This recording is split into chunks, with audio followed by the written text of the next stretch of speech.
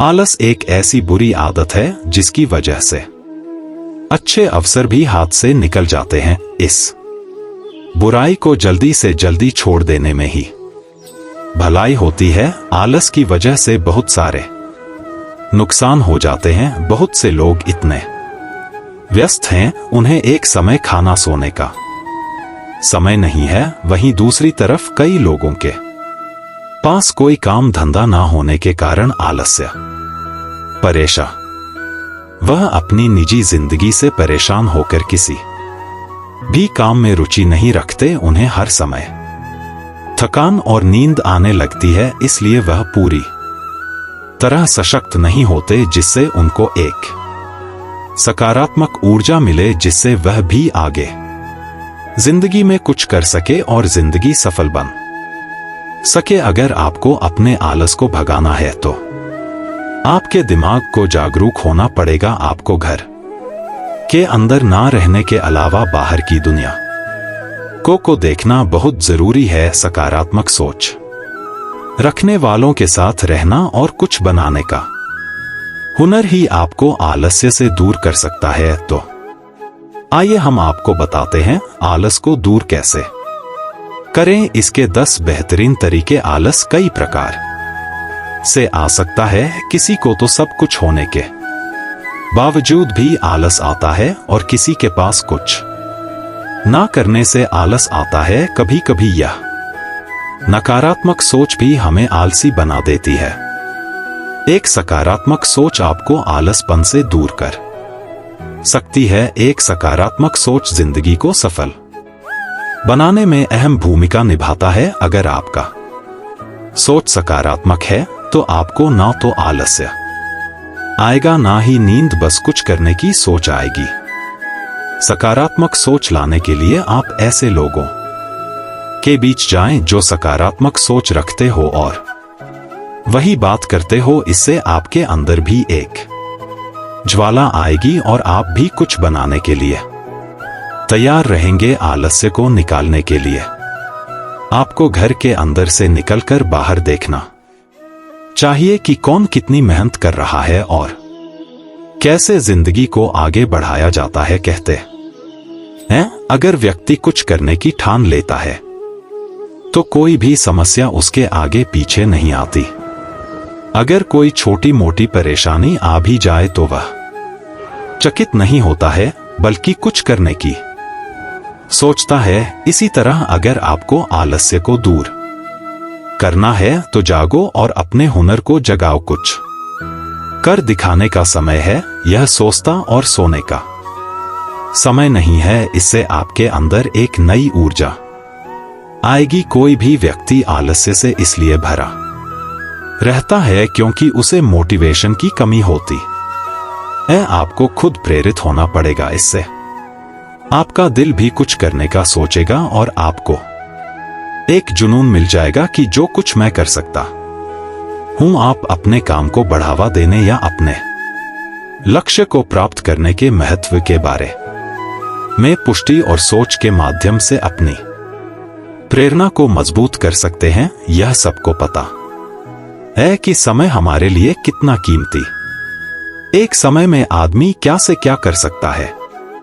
जो कि हम इस आलस वन के वास्ते करते जाते हैं। यह सोचकर चले जितना आप समय खराब कर रहे हैं उतना ही आप अपनी जिंदगी के पैसों को खर्च कर रहे हैं। बहुत बार ऐसा होता है कि हम किसी भी काम के रिजल्ट के बारे में सोचने लगते हैं। सोच नेगेटिव हो तो व्यक्ति का दिल और मन उस कार्य से हट जाता है।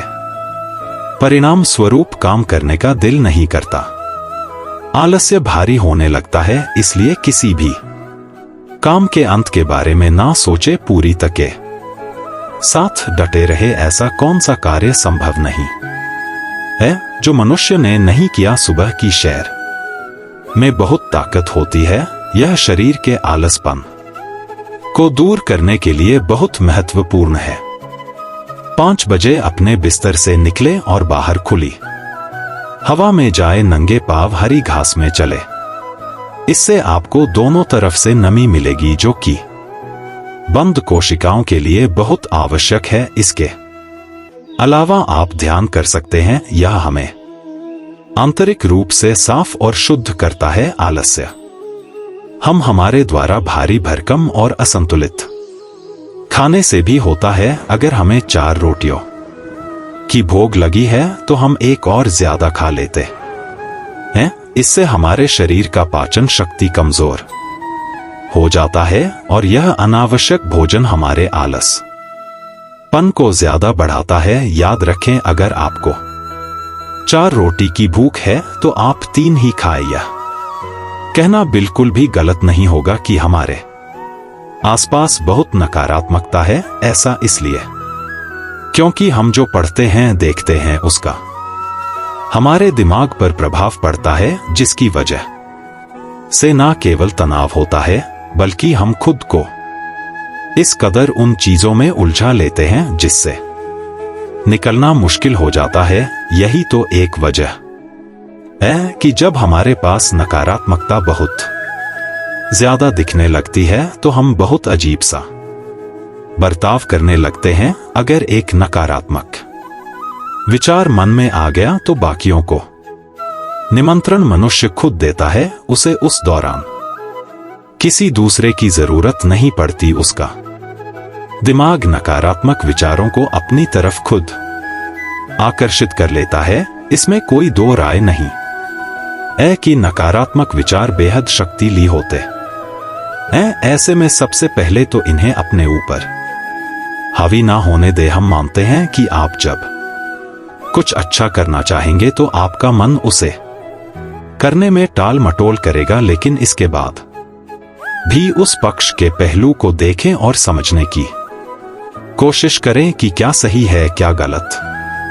नकारात्मक विचारों के साथ जीवन जीना बेहद मुश्किल होता है। अगर मन में लंबे समय तक नकारात्मक विचार बने रहे तो इसका न केवल सेहत पर बुरा असर पड़ता है बल्कि दूसरों से जलन की भावना भी पैदा हो जाती है। ऐसे में जरूरी है कि नकारात्मक लोगों से दूर रहा जाए, तभी आप आलसपन से बाहर निकल पाएंगे। एक समय की बात है, एक आलसी बालक था।